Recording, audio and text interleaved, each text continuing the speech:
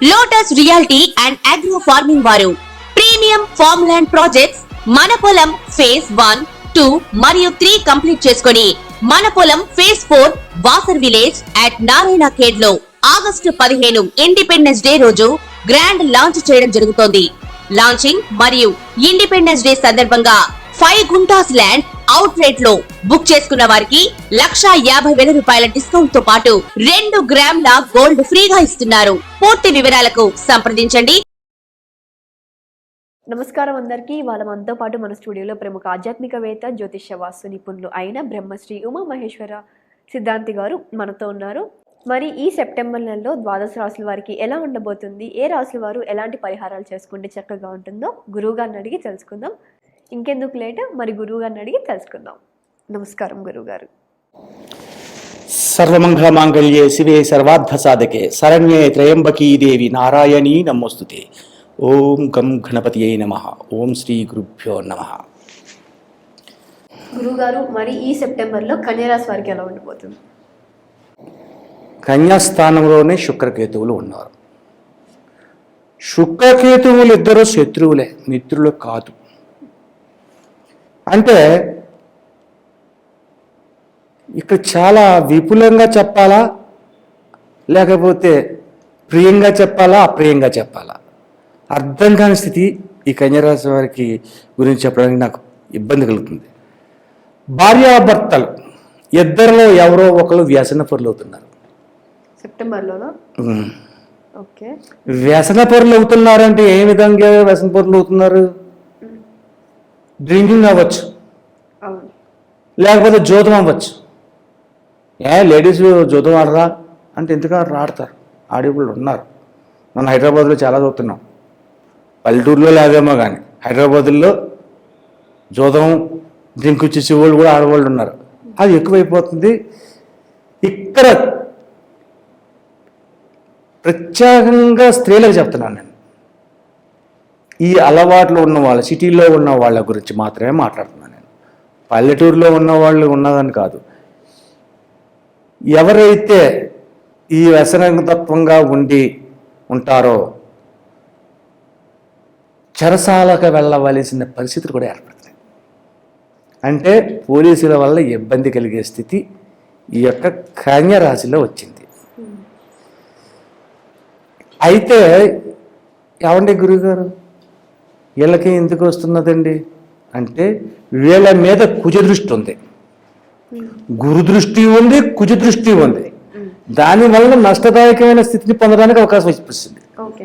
ప్రత్యేకంగా ఆడవాళ్ళకి, మగవాళ్ళకి కాదు. తస్మాత్ జాగ్రత్త. భార్యాభర్తల మధ్యన కలహములు ఉంటాయి. అంటే అవి విడిపోయేంత కఠినంగా పరంగా ఉండవు, కానీ కలహాలు ఉంటాయి. ఎట్టి పరిస్థితుల్లోని అన్నదమ్ములు అంటే ఆస్తి పంపకములు.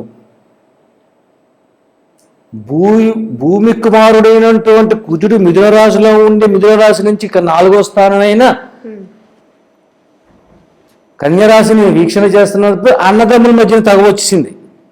అదిగో నాకు 10 ఎకరాలు ఇవ్వాలి, నీకు 4 ఎకరాలు తీసుకున్నాను అంటున్నాడు. నేను పెద్దవాడిని కదా 10 ఎకరాలు తీసుకుంటా లాసేటి. అలా కుదురుతుంది.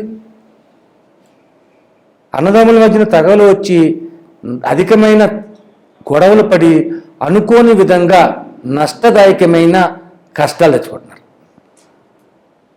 ఇటువంటి స్థితిగతులతోటి కన్యరాశి వారు ఉన్నారు. సో నువ్వు అడిగేకి వచ్చిన విద్యార్థులు ఎలాగ ఉన్నారు గురుగారు? విద్యార్థులు బ్రహ్మాండంగా ఉన్నారు. విద్యగా ఆధిపత్యాన్ని వహించిన వాడు బుధుడు. బుధుడు విద్యావేత్త, వ్యాపారవేత్త. బాగుంది. బుధుడు చూడు ఎన్ని రకాలు ఉన్నాయి. 8 ఫలితాలు ఇస్తున్నాడు బుధుడు. బుధుడు విద్యావేత్త, వ్యాపారవేత్త, తెలివితేటలు, ఉన్నతమైన భావాలు, స్త్రీ పురుషుల కలయిక, ప్రేమ, పెళ్లి, సంతతి, 8 రకాల యోగాలకి అధిపతి. కాబట్టి శుక్రకేతువులైతే ఇక్కడ కలిసి ఉన్నారు కన్యరాశిలో ఉన్నప్పుడు. కన్యారాశి వారిలో ఈ సెప్టెంబర్ నెలలో ప్రేమ తత్వములోకి వెళితే, శుక్రకేతువులు ప్రేమతత్వవేత్తలు, కుజుడు ప్రేమతత్వవేత్త. కుజుడున్న స్థానము బుధస్థానమే, శుక్రకేతులు ఉన్నది బుధస్థానమే, శుక్రుడు నీచస్థానం, దానితో శుక్రుడు నీచస్థానంలో ఉన్నాడు. కాబట్టి ప్రేమికులన్న విషయంలోకి వెళితే ప్రేమ కాస్త పెటాకులు అవుతుంది, విడిపోతారు, లేనిపోయిన గొడవలు పడతారు, ఇబ్బందులు పడతారు, అనేక రకమైనటువంటి సమస్యలకి ఇరుక్కుపోతారు.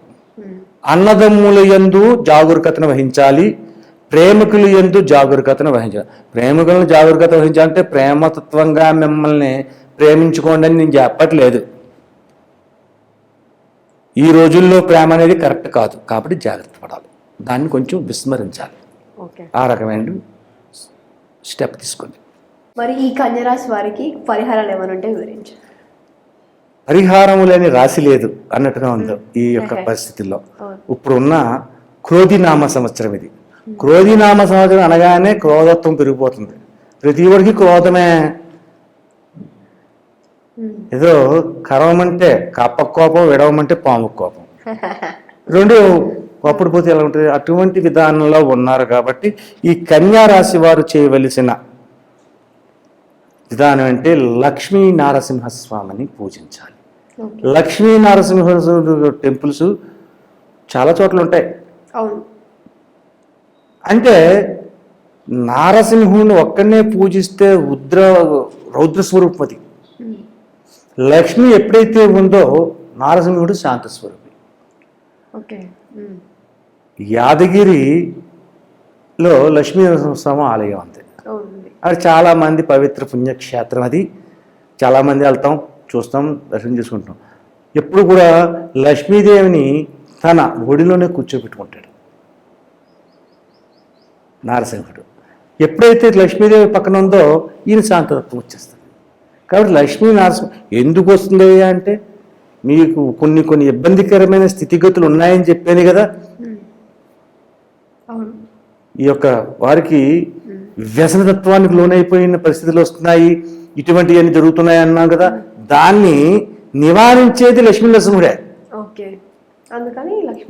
ఇవన్నీ నేను చెప్పిన వ్యవహారాలన్నీ ఎలాంటి ఒక దెయ్యం లాంటి భూత ప్రేత పిశాచాలు లాంటివి కదా. మరి నేను చెప్పిన నేను వ్యసనం, ఆడవాళ్ళని వెళ్ళి కోర్టులో పడడం ఏంటి, అన్నదమ్ములు ఇద్దరు ఒక తల్లి గర్భాన్ని పుట్టిన వాళ్ళు కొట్టుకోవడం ఏంటి, ఇవన్నీ ఏంటంటే తాంత్రిక విధానానికి సంబంధించిన విధానం వెళ్ళిపోయింది. దెయ్యాన్ని వదిలించాలంటే ఎవరి దగ్గరికి వెళ్తారు? దేవుడి దగ్గరికి, లక్ష్మీ నరసింహుడి దగ్గరికి వెళ్తారు. నువ్వు ఎప్పుడైనా యాదగిరి గట్టు లక్ష్మీ నరసింహస్వామి గుడికి వెళ్తే దండం పెట్టిన తర్వాత పంతులు గారు వంగు అమ్మ అంటారు. వంగుంటే ఈ మాత్రం పురుగు బెత్తం తీసి పట్టును కొడతారు ఈ మీద, దెబ్బకి దెయ్యం దిగుద్ది. దెయ్యం పట్టిన వాళ్ళు తీసుకెళ్తే దెయ్యాన్ని తిప్పేస్తారు. మనం సినిమాలో చూస్తాం, దర్గాల్లోకైనా ఈ యొక్క మసీదుల్లోకి, లేదంటే ఈ ప్రభు మందిరంలోకి, చర్చిల్లోకి అక్కలేదు లక్ష్మీనరసింహస్వామిని తీసుకెళ్తారు, పురాతన కానిచ్చినది. కాబట్టి లక్ష్మీనరసింహ దెయ్యానికి సంబంధించినటువంటి విధానాలన్నీ ఇక్కడ జరుగుతున్నాయి ఈ యొక్క కన్య రాశిలో.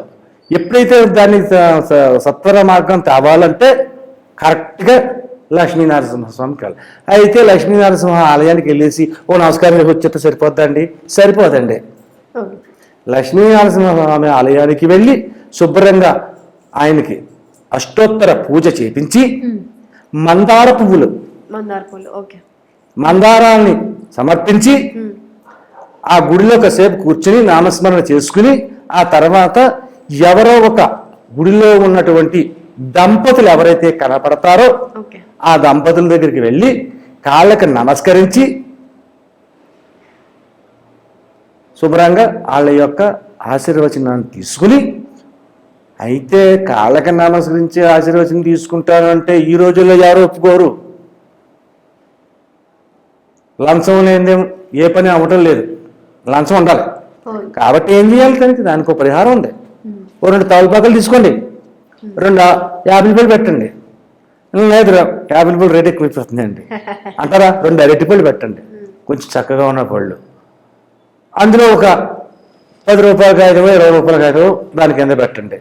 ఒక ఒక్క పెట్టండి, ఒక్క పొడి కాదు, ఒక్క ఈ దంపతులు కనపడినప్పుడు ఆ తాంబూలం ఆమె ఆడవారికి బొట్టు పెట్టించండి, మీ ఆడవారి చేత బొట్టు పెట్టించండి.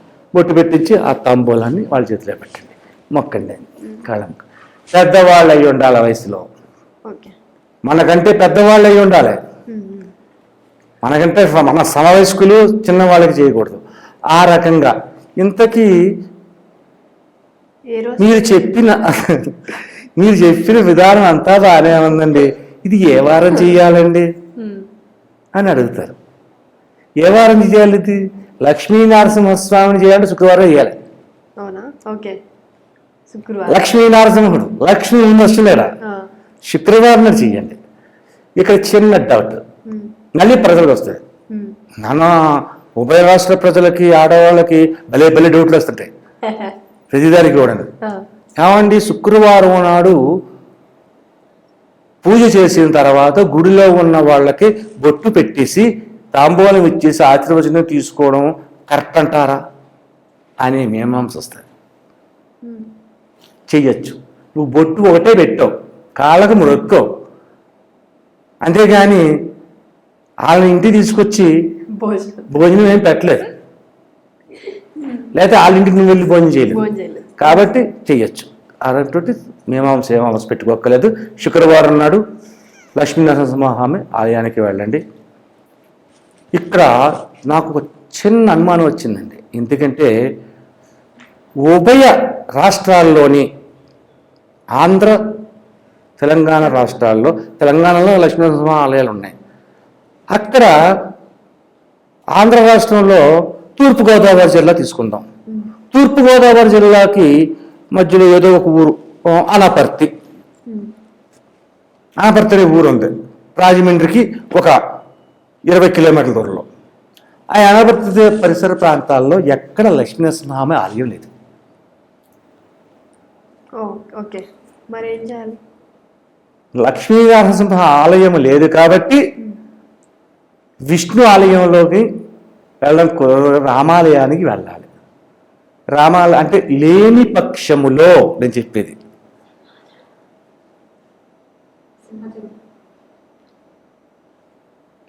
లేని పక్షంలో రామాలయానికి వెళ్ళి చేసుకోవచ్చు. సింహాచలం దగ్గరలో ఉందా అని అంటారు. అనపర్తికి సింహాచలం దగ్గరలో లేదు, ఇంకా చాలా దూరంగా ఉంది. కాబట్టి దగ్గరలో చూసుకోవాలి.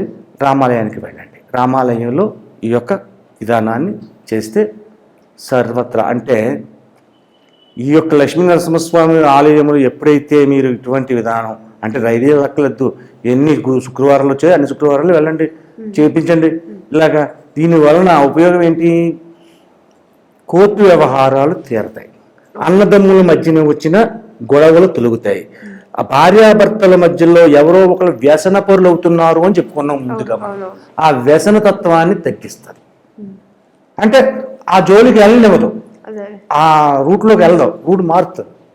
కాబట్టి దాని గురించి ఈ కన్యరాశి వారు ముఖ్యముగా లక్ష్మీనరసింహస్వామిని ఆరాధించడము, పూజించడము, పెద్దలైనటువంటి వారు లక్ష్మీనరసింహుడు నారాయణుడుగా, లక్ష్మీనారాయణుడుగానే భావించి మొక్కాలి, పెద్దలు దీవించమనాలి.